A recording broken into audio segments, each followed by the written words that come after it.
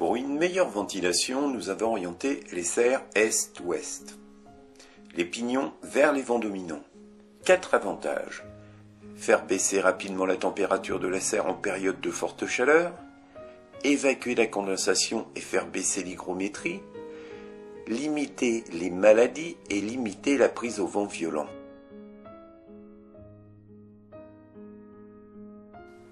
Pour tracer un angle droit, à coup sûr, sans autre outil qu'un mètre, des piquets et une ficelle, il suffit de dessiner un triangle dont les côtés ont pour proportion 6, 8 et 10 mètres.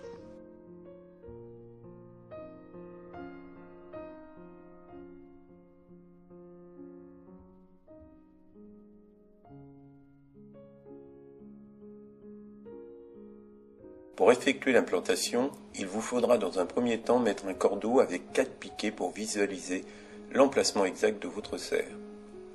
Vérifiez ensuite l'équerrage en mesurant les diagonales entre les piquets. La distance doit être identique, sinon rectifiez. Après avoir monté les 2 barres filantes, vous les positionnerez de chaque côté de la serre. Cela vous permettra de déterminer l'emplacement des 4 pieds d'extrémité. Après avoir planté les pieds d'extrémité jusqu'à la butée horizontale, vous pourrez monter les autres pieds tous les 2 mètres. Pour déterminer facilement l'emplacement des piquets, vous pourrez utiliser soit 1 mètre ou vous fabriquer un gabarit de 2 mètres que vous déplacerez au fur et à mesure.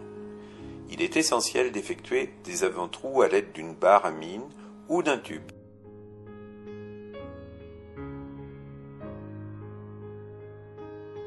Pour aligner les piquets tous à la même hauteur, j'ai fixé dans le creux des pieds d'extrémité un cordeau en nylon type gros fil de pêche.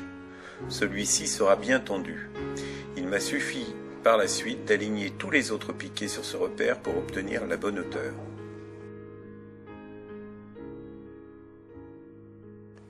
Présentez au sol 2 demi-arceaux, un manchon et assemblez. Commencez par emboîter un bout de cet arceau sur le premier pied et ramenez le second bout vers le pied d'en face, puis emboîtez à nouveau. Effectuez ceci pour chaque arceau.